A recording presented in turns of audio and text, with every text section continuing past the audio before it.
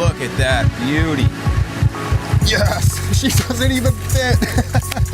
No, we're gonna get her on her way here.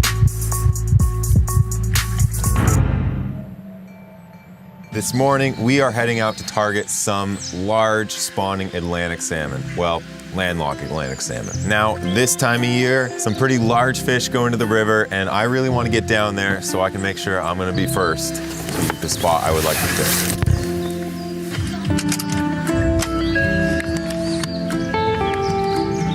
This morning, we are starting off in the dam pool. I had some good luck here yesterday. I mean, they were all really beautiful, healthy, fat, spawning fish. So I'm hoping we're gonna see a lot of the same today. I'm gonna start off nymphing, but I also have my spay rod because the fall is really all about the streamers. We are starting off with a little black zebra midge and a caddis green hare's ear. That worked well yesterday, and there's no reason it won't work this morning. See if we can't catch some fish.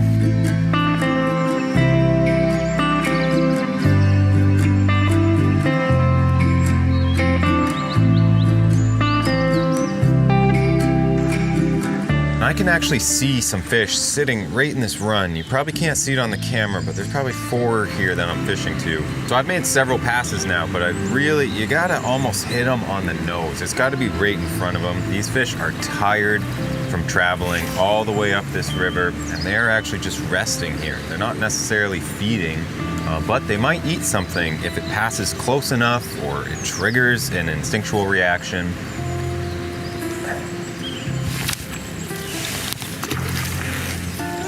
There we go. That's not a bad fish. Definitely a pretty lively male. A lot of the fish in the river this time of year, as I said before, are quite big. This one's not bad, but they get so much bigger than that. I'm gonna have a hard time getting them in this little net that I got here.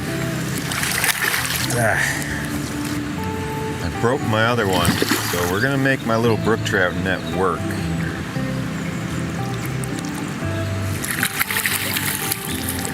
There we go. Not bad, nice healthy male. Not exactly the size we're going for this year, but I will definitely take it. And we got that on the zebra midge again. Great pattern, super easy to tie.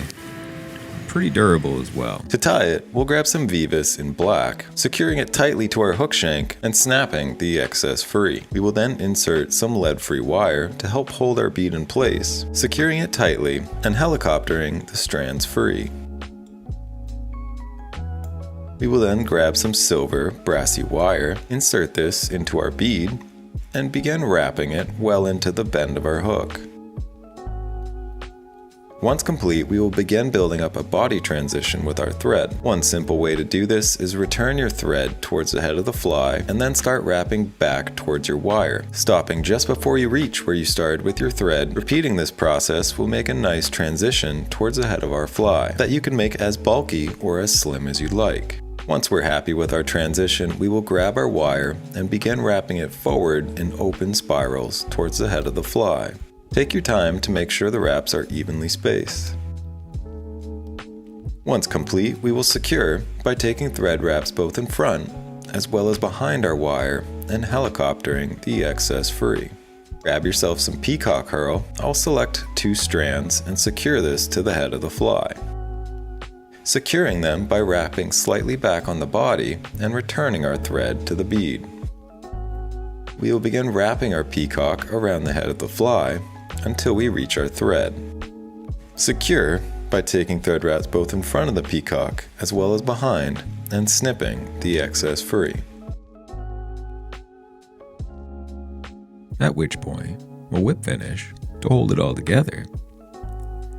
Snip our thread free, and this is a classic variation of the zebra midge. Well, it's kind of hard to handle these larger fish with his net. I'm gonna see if I can get another one on the spay rod.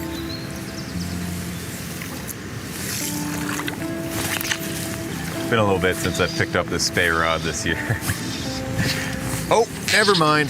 We got a fish.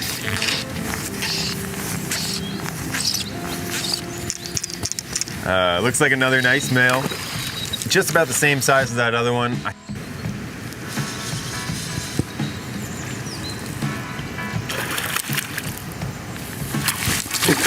Holy, that fish is trying to knock me over here.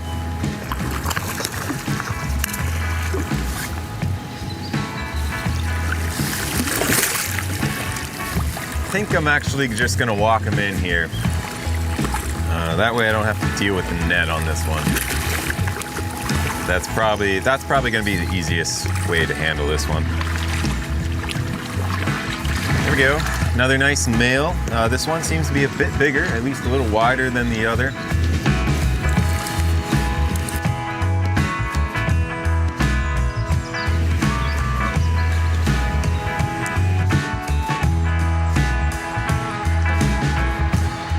So that was caught on one of my favorite flies I tie. It's called I call it an olive retriever. It's just a variation of a golden retriever. I have had a lot of success with this fly.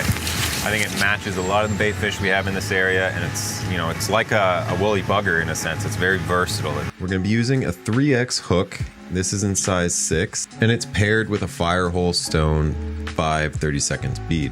We're going to use some flat Ultra Thread 140 in black. This is definitely my favorite thread to tie with for any streamer.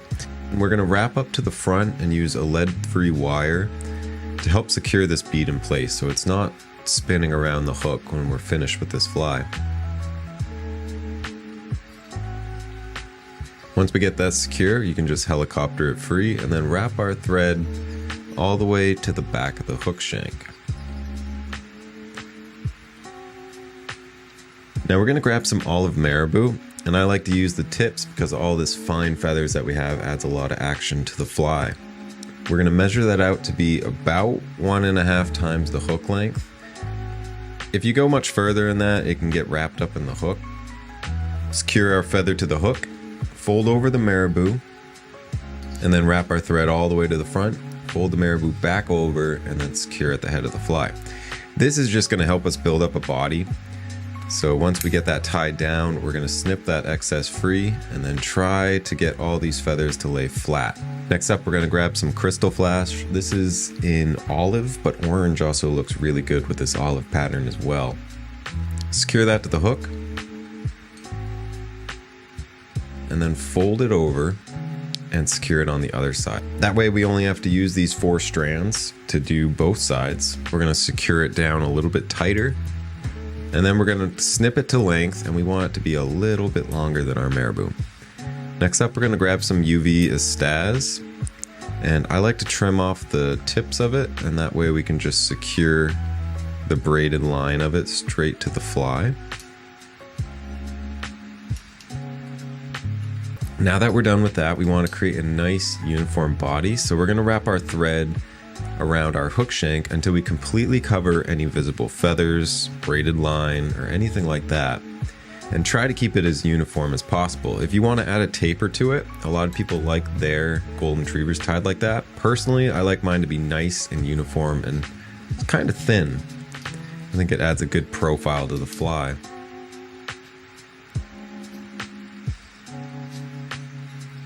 Now, once you're happy with your body, we can move on to the next part. So we're going to grab our Estaz and we're going to start to wrap that up the fly. Now, you want to keep some of this black underbody visible. So we're going to give it a little bit of space in between. And on each wrap, we're going to grab the Estaz and start to pull it backwards. So we're not trapping any of the fibers underneath it.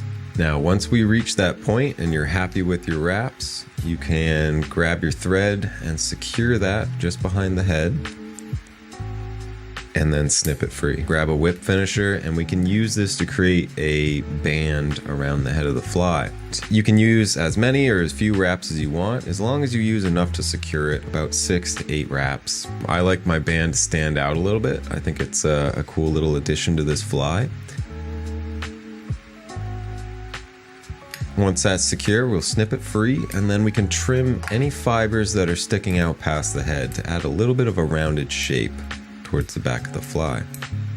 And then once we're happy with everything, grab a little bit of head cement. A little bit goes a long way, and then use this to make sure our thread wraps are going to stay in place. And there you go. This is my variation of a golden retriever. It's a great fly pattern that's landed me many fish, but this next one we catch is truly exceptional. And if you're not a fly tyer and would like some for yourself, you can check out my website linked in the comments. So anyway, let's move on. A lot of people are starting to move into this area, so let's go find some water to ourselves, see if we can find some unpressured fish.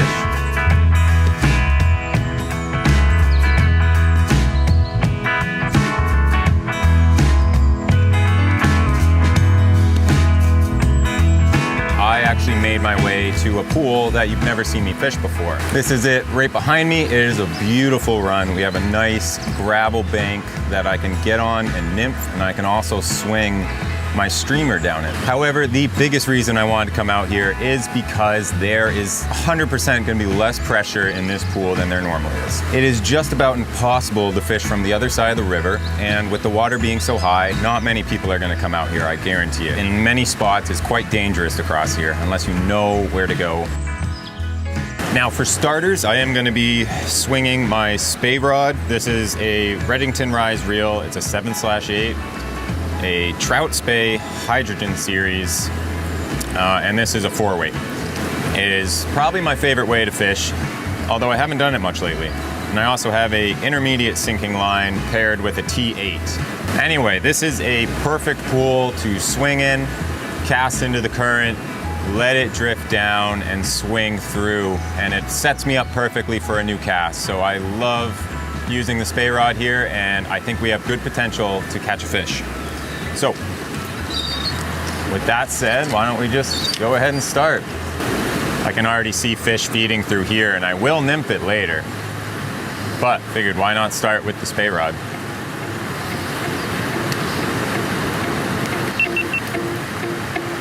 Oh! We got a fish right away, and we got what looks to be a pretty decent fish as well. Look at her. Whoa! She's an absolute tank.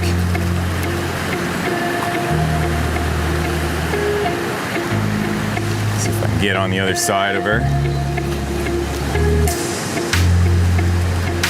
Look at my tiny net. I'm about to put this girl in. Oh my gosh. She's huge.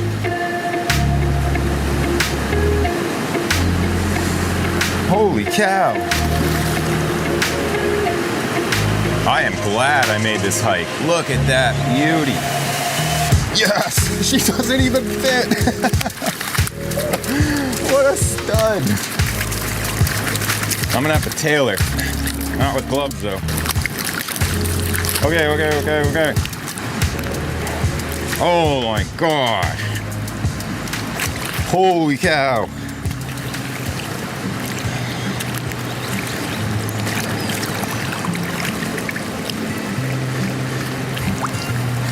Okay, somehow she got that way back there, and I do not want to kill her, so I'm cutting it. I think that's the best choice here. All right, one quick look, guys. Sometimes traveling a little bit pays off, and we're gonna get her on her way here.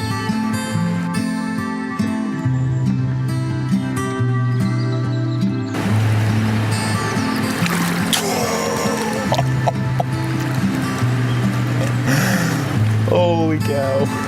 That was a absolutely huge fish. There's probably only been a couple people that have fished this run, and that's when you find those big ones. They have to be unpressured. They're really difficult to catch, and I couldn't be happier. If you want that particular fly, I call it the olive retriever. It's my variation of a golden retriever, and you can check out my website, www.mainly-outdoors. I'll put it up right here for you guys, and I'd be happy to send you some. I'm gonna continue fishing, but it doesn't get better than that.